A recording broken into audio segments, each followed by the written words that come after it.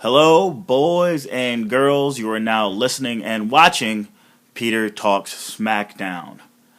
Yes, Smackdown. Peter Talks Smackdown has moved to Saturdays for a bit because I'm DJing on Thursday nights now. They normally up on Friday, and I hope you're adjust to the change. I did post because I did it earlier, a review of NXT TakeOver Respect. So if you are interested to see what I had to say about that, be sure to check that out. We also have Peter and Jake Talks Wrestling episode 59. We talk about this week's Raw as well. And then Peter's Raw recap along with the New Day podcast. That's all this week. A very busy week for me in terms of giving you PJTW Central content. And speaking of PJTW Central, be sure to follow me on Twitter. That is PJTW Central. I post live sometimes. I let you know whenever videos are up and this, that, and the other. So without further ado, let me go ahead and go into this SmackDown that's out of Philadelphia. It's funny that they would have an actual show from this city on SmackDown and not Raw. I mean, you're probably, you get Providence, you get Fresno, you get all these sort of B cities for SmackDown, but this week they give you like actual, Philadelphia, which is a bona fide wrestling town. I mean, it's one of the most hardcore wrestling cities in America.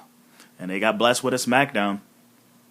They need to stop fucking around and come on back to Greensboro. I need to check the next time SmackDown will be in Greensboro. But on commentary, you got Booker T, Jerry King Lawler, and Rich Brennan. Where the fuck is Todd Phillips? I do not know. But this SmackDown, first of all, I want to say, with all due respect, this product is starting to wear on me a little bit because as much as we want things to happen in terms of consistent storyline, we want this Diva Division thing to sort of work, we want certain superstars in the limelight, and we want we don't want old guys in main storylines.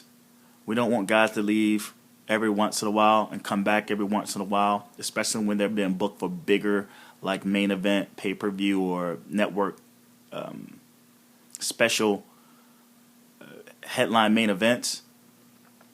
It's just a clusterfuck. And I will say honestly, like, this SmackDown had my attention maybe 60% of the time. I found myself just listening and looking up every once in a while I was like on my iPad. Because I didn't expect anything more. And you know what? This is the wrestling show. 9 times out of 10, SmackDown does better than Raw. But it seems they're kind of joining storylines in like the wrong way. So with that said, let's go into this.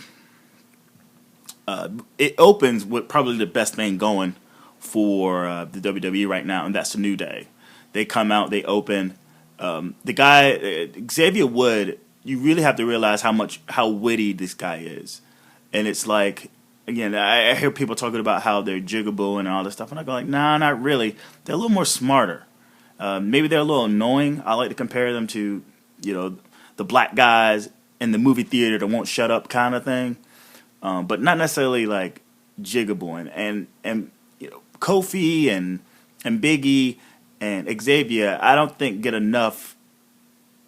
I think they get enough respect for the fact that they're funny, but I don't think they get enough respect on the idea of them being really sharp and really witty. And their opening segment, just like any other segment that they've been in, they're damn good because of their charisma and because of their wit. It doesn't seem like nothing's forced or them pretending, because I don't think either of them are nerds. They don't come off as nerds that are like professional wrestlers. Most cases, you get a person who's just a nerd, probably doesn't have any social skills, but then they're put in this situation where they have to talk in front of you know, an audience, and they just can't do it because they don't have the charisma. These guys got it, and this was one hell of a opening promo. Now, if you can remember what happened last Monday, they stood tall over John Cena, the Dudley Boys, and Kane and Seth. No. They stood tall over Dolph Ziggler, the Dudleys, and John Cena as a very dominant faction. And they actually talk about this in this promo, this in-ring promo that starts off SmackDown Philly. And they're talking about, we are the most dominant faction ever, and we get the core reference, we get the NWO, we get Nexus, Los Boricuas, all those guys. They call out some people you haven't even heard. I was surprised they said something about the core. I don't know if anybody remembers the core, but that was Wade Barrett sort of post-Nexus faction with Heath Slater, Ezekiel Jackson, and God, who the hell is the other guy? But anyway, the South American guy. But like, that was like such a waste of fucking time. Well, anyway, and then you know what they were describing, what they had done in terms of decimating Cena and Cena, Ziggler, and the Dudleys as probably one of the most dominant faction things that ever happened in WWE history. And then they go into ragging on the city about Philadelphia not knowing anything about championships. And man, that place. And you know, SmackDown gets a lot of canned heat, but not here. I think this was actual real heat. They probably turned off that or left that crowd noise out because Philly, very much like Boston, even like New York, you know, they have their issues with like championships. So, you know, whether winning them, they feel like they have to win them every year, but Philly has no championships. I think the last championship they had was like the 76ers, like way the fuck back in the 80s with Dr. J. And they know nothing. Philly knows nothing about being champions. And they rag on the Eagles. You even call out Chip Kelly's names as Chip Kelly called us to come into his locker room to talk about being a champion. And not only that, they actually shot on the idea of the Philadelphia Eagles losing to the Redskins. So you want yourself some cheap heat, you got it. They even mock Meek Mill because he's a Philly native, and they called him Booty. So they're just going all out on Philadelphia. The next thing you know, Dolph Ziggler walks out and he talks, you know, he shoots on him, and then he talks about how he talked to the powers that be in the back, and he wants a match with Big E. And Xavier and Kofi's all like, hey, you know, you get a fair fight, you know, very facetiously say so. And he goes, I know. And then the Dudley Boys come out as the equalizers, which I think is a poor use of the Dudley Boys now. They could make them special, but for like just to be sort of, what's the word I want to use, like lumberjacks on a SmackDown taping, just utilized very poorly. So we get Big E versus Dolph Ziggler, and we all know what this is.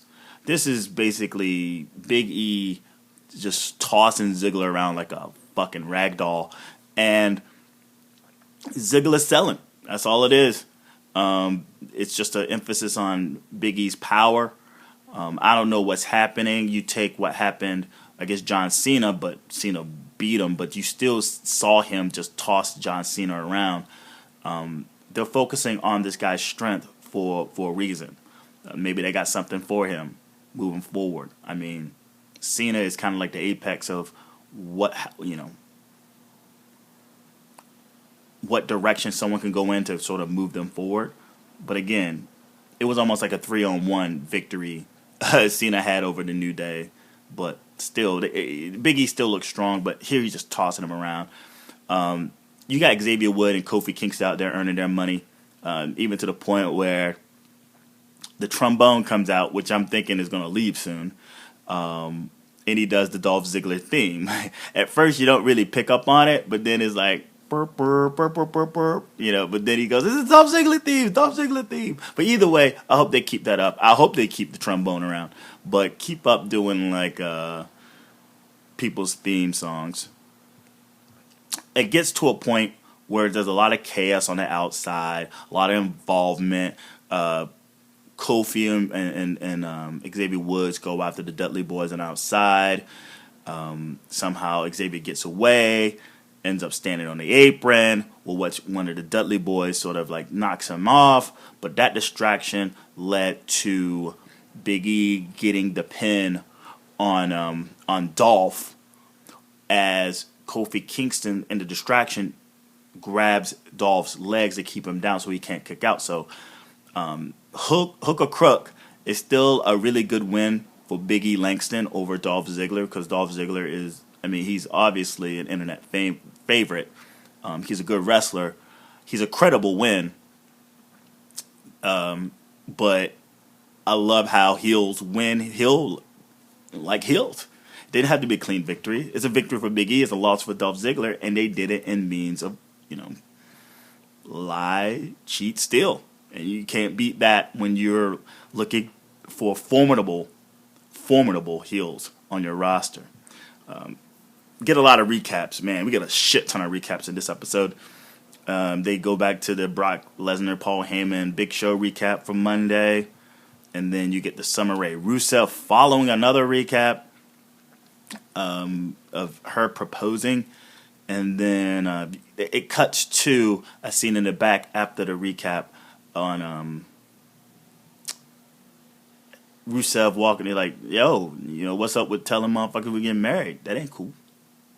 And Summer is just so excited. She just wants to get him so much closer to a championship. So she booked a match against Ryback to assist him to move forward to getting championship gold, so she can finally get the gold around her ring as he promised on Raw.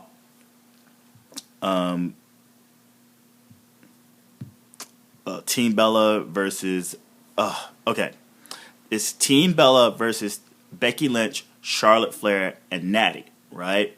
So I'm sitting there because Natty's like the secret member or whatever. You find out that day who the hell they're teaming up with, because Paige is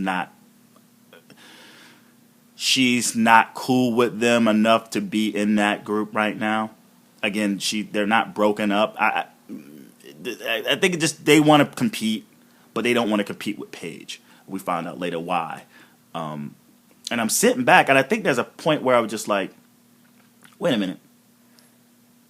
I was going over as like CBN? Wait a minute. NBC? Team NBC? You gotta be kidding me. Team NBC. You gotta be fucking kidding me if that's the case. And I'm sitting back going, I bet they're gonna go with NBC because it's so obvious. USA, they are an NBC product, right? So they couldn't go that far. You can't. It's too obvious if they do that. It'd be too fucking obvious. And it'd be kind of lame. So that's in my notes, just as I'm thinking. Like, NBC. The display in this is that you see a lot of tag team tandem moves. Both sides of the fence. Both, at this time, I'm thinking, in Team NBC, and even the Bellas. And I was like, wow, that's actually pretty impressive for them to be able to go through these like tandems like that, dropping the elbow together and all that type of shit. I was like, oh, that's what's up. And Team Bella is actually, they keep running over and knocking off who's ever on the apron of Team NBC. We get a lot of, what is it? Okay, so Charlotte Flair actually goes for the figure 8. That gets reversed. And then there's all all sorts of chaos outside as I think this is Nikki Bella has the reverse figure four on Charlotte Flair. But then, just as you think that Charlotte's going to tap out, Becky Lynch runs in 2 feet to the face to to Nikki, which flips her back over for the figure 8, and she taps out. Nikki Bella taps out, and that team wins. The team of Natalya, Becky Lynch, and Charlotte Flair. Then it shoots to Paige in the back with Young. And yes, oh man, Renee Young certifies it. She verifies it. They are indeed Team NBC. Ain't that a bitch? And Paige is jealous. She's like, that's my spot. Fuck Natty. Get the fuck out of here, ho. And, and she's like, I'm going to get my spot back. We get Rusev versus Ryback with Kevin Owens on commentary. And the only thing that has been bothering me, you know what? Fuck that. I don't even want to talk about the Divas. You know how I feel about the Divas. I don't even give you a conclusion on this. It's a waste of our time. It's a waste. Total waste. This Divas revolution ain't really much of a revolution. It ain't. It really blows. Oh yeah, look at us, we're wrestling. Big deal. Give me something to sink my teeth in and come back. But yeah, one thing I want to say about Ryback is they've booked him so vanilla as IC champ. And just my biggest thing is like, stop giving him the mic to talk about dumb fruity shit. Just let him be a badass and not have him stealing victories and like being a puss. You got Ryback. This guy got a vein poking out of his neck. The motherfucker got pecs the size of like mountains, bowling balls, and he's a fucking beast. And you got him like doing vanilla dumb shit, just not working.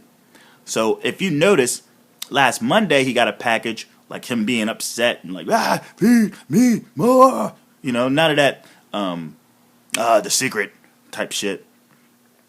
There's I don't know if you'll watch Ren and Stimpy, but there's a wrestling episode with them. And there's the 2 dudes that are going up against are basically like Rybacks. And they cut a promo at the end. This is war. We are generals. You are the enemy. Yeah, like just this raw fucking promo this cuts. But just look up Mad Dog Hoek if you can on YouTube. Mad Dog Hoek. Hoek.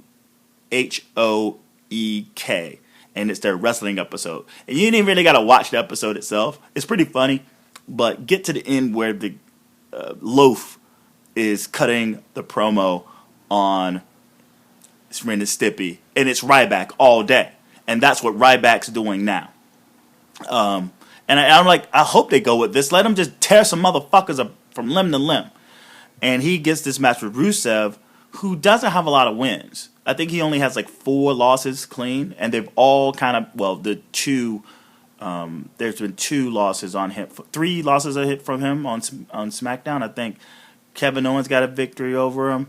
I think Cesaro got a victory over him. And I think Dolph Ziggler has a victory over him on SmackDown. So, I mean, he doesn't have a lot of losses. So when he goes down with a 1-2-3 pin, it still takes me aback. Because they booked him as such a monster for so long.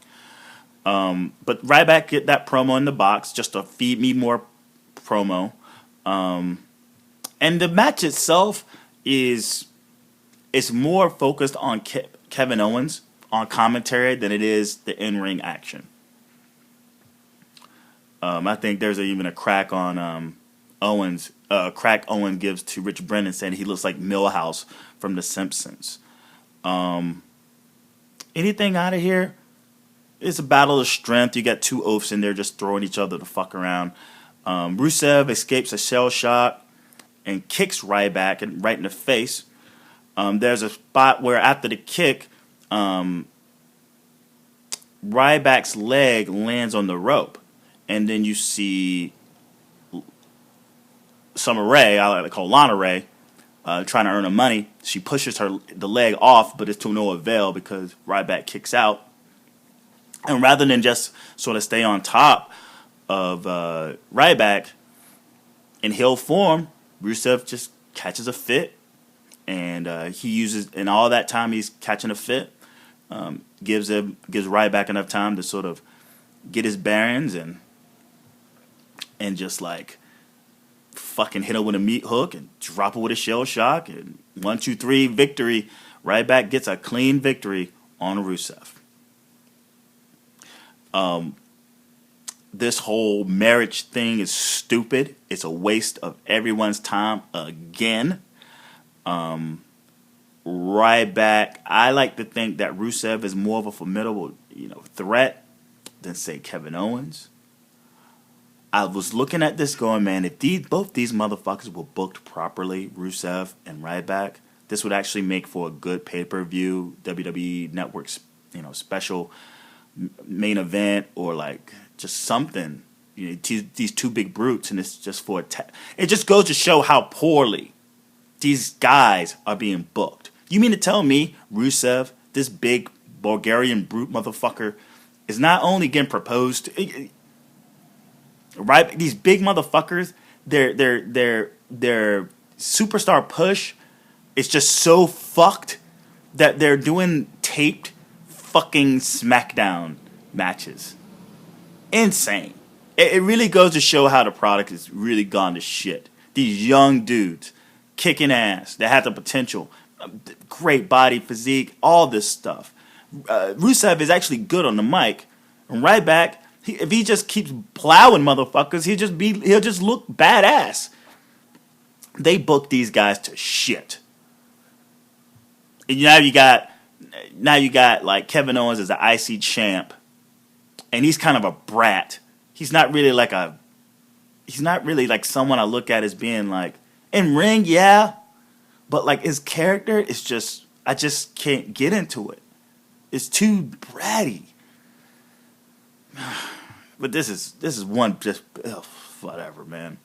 We get a Raw, on top of all the recaps, we get another Raw rebound.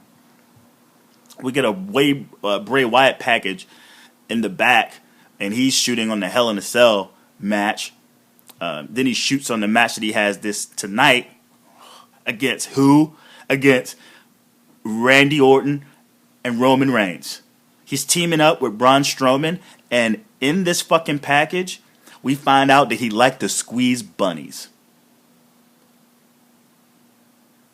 No good, folks. No good. Oh, look, we get Wade Barrett in a new King Barrett. Why is he still King Barrett? But he comes out in a new shirt, a crappy shirt, and he goes up against Neville. Oh, God. Barrett gets a video package, so I'm like, oh, man, he's going to beat Neville. And sure enough, he does. He beats him with a bull hammer. I think this match lasts maybe 4 minutes. What's going on with Neville? What's going on with Barrett? I'm just like, he just lost clean to Barrett. There's still no tension between Stardust. Stardust wasn't out there. What the fuck? I'm grinding my head. I know you can't see it as you're listening, but I am. If you're on YouTube, you see me just grinding my temples to the incompetency of all of this garbage that's happening. So Neville loses clean. He's about to be the next superstar. He comes up from NXT. He's an NXT product. Everyone thinks the NXT product is going to be so great. Look at this fucking track record of all the guys that have come up and been booked to shit. And Neville is one of them. He's about to be your fucking man that gravity forgot. You booked him into a corner with this stupid fucking feud with Stardust, and it's all comic book related. You got a fucking guy who doesn't even wrestle coming in and taking both of their shine from a big-time pay-per-view, SummerSlam. And now he's just laying out from a bull hammer.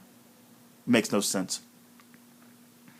But on top of that, we got Stardust in the back with a fucking deck of cards talking about who the hell he's going to go up against. He's like, I'm done with Neville. Fuck that motherfucker.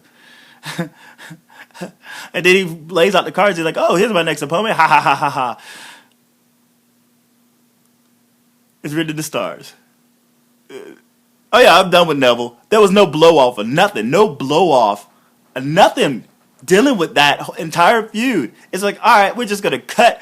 Hey, we're just going to have Wade Barrett knock the fuck out of Neville and get the pin. And then we're going to have some mindless fucking skit in the back with a deck of cards and him just going, hey, I'm done with Neville. Let me find someone else through the fucking card deck. God damn it. God damn it, man. God damn it. Especially, I look at Neville as like the victim in all this, man. This guy holds a lot of fucking potential, man. You thought he was going to get a decent push. It was between him and Kalisto, who's going to be like the high flyer who gets the push. No. Nada. He's fucking wasted now. And all I can say is, like, please just give me a battle with Big Show. I think if he got his fucking match with Big Show, I think it could redeem him to a certain degree, man. It could redeem his character. Who doesn't like a fucking, you talk about Brock Lesnar versus Daniel Bryan, David and Goliath sort of aesthetic. This could be just as much of a David and Goliath aesthetic on the mid-card. And you can get Neville over. But do they want Neville to get over? No. I think that's the bottom line. It's all about the WWE Shield. It's about that fucking emblem. It's not about the draw that someone can have. Cena has that. That's it. Anything smart? Anything smart. Hashtag anything smart. Fuck no. And we get to this main event. Oh, God. Orton, Reigns versus Bray and Braun. Harper's nowhere to be found. I guess he's home. Okay. The story that's being told here is that Braun cannot leave his feet. Right? Orton and Reigns, whatever. I guess it's a decent match, but like, you're trying to sell this Hell in a Cell, and you got you got Roman Reigns and Bray Wyatt just constantly touching. Just constantly touching. But this match in itself, Strowman spends about 90% of the time in the ring, just taking blow after blow from either Roman Reigns or from Randy Orton. You're just getting just blow after blow, and you see them trying to team up and take him down, and he's just knocking them both the fuck down, and Superman punch, all of these things, man. But he doesn't really go down. You get a part where what happens here? I think it ends in DQ because of a chair shot outside. Bray Wyatt sends a chair into the gut of Roman Reigns, and all hell breaks loose. Chair shots. You get Orton getting strangled in the middle of the ring. Then by Strowman. He catches a Superman punch. And he dumps him over the top rope. And he finally falls. Whatever, man. Bray goes for Sister Abigail. He gets hit with a Superman punch. And then he gets hit with a RKO. And then, he gets hit with a spear. And then that's it. Randy Orton and Roman Reigns stands tall. And what we're going to get just moving forward until Hell in a Cell is just constant makeshift tags between Bray Wyatt and I guess this Monday is going to be Bray Wyatt and Luke Harper against, Roman Reigns and Orton. I think they're just going to do that. Who fucking cares? Because I don't care about this bullshit feud anymore. They've touched enough. They've done enough. And we got another 2 or 3 weeks until Hell in a Cell. We just got to deal with this on SmackDown and fucking Raw of them just constantly touching each other. How long has this feud has gone? Like 18 years? It makes no sense. It makes no sense. So this is another waste of a show. And I apologize to sound so much like a negative Nancy. But Orton is still in limbo. Stardust is booked to shit. Neville's a fucking jabroni. Barrett, or this is his new push again until he fucks up or like gets injured again. Rusev and Ryback, oh God, Kevin. You know what? You get my point. The only thing really good about this episode is that the New Day came out and cut a really good promo, and hook or crook, Big E gets the victory over Dolph Ziggler. The Dudleys are being overexposed. They most certainly are. But yeah, man, this product is garbage, and I'm gonna keep watching it because it's by habit. Thank God for ROH. You know, thank God for New Japan. I could actually watch that stuff, but I don't cover that stuff. I'll talk about the pay-per-views, but I won't cover match by match or show by show because I enjoy it. It's hard for me to enjoy this WWE product, but it makes it, the fact that I'm doing this and it feels like work. That's why I'm doing it. That's why I watch the product. I want to be able to talk to you about this shit. I really care for wrestling, and I want it to do better. And I want the king of the mountain of wrestling promotions to do better. I want us to have a good time watching this. You know, when you look up podcasts, you look up videos, and we're always constantly bitching and complaining. I mean, it's one thing for misery to love company, but man, wouldn't it be nice that everyone was in unison just really enjoying the product?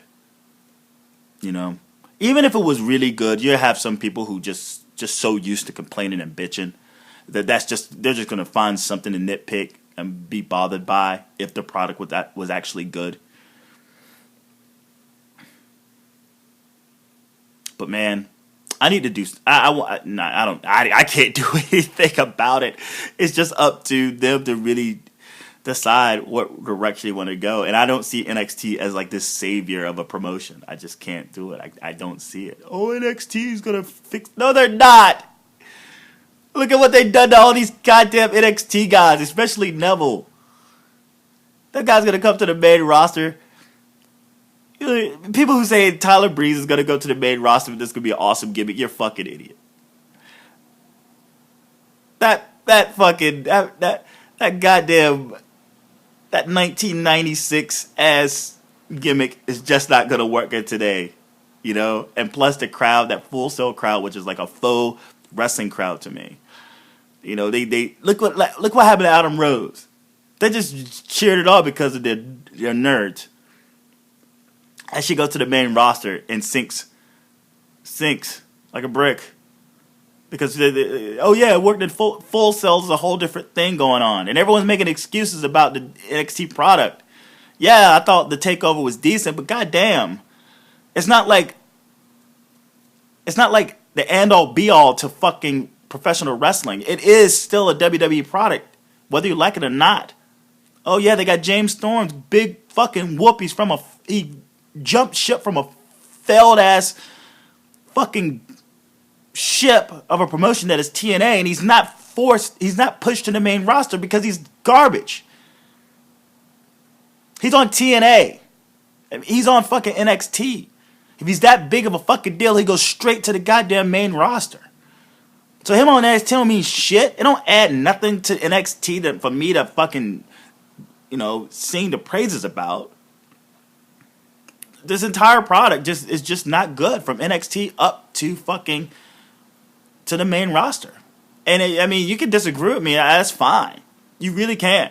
But if anybody can sit back and tell me that as bad as this WWE main roster product is, and that this NXT product is any better, and it's going to come up, all these fucking gimmicks and all these wrestlers are going to make everything that much better. It's still a WWE product. No, I just don't think so. I don't fucking think so, and I know so. So until Vince McMahon dies, and until we get an overhaul of the production and the writers and maybe the fucking workers getting some testicular fortitude to be able to talk to whoever the fuck's writing, whoever's booking to make their gimmick better, and when finally someone decides to hey, let's make this about the fucking wrestlers again. and not about just this Shield. I need to do a video on 10 ways to make WWE better. No one's going to watch it. I don't care.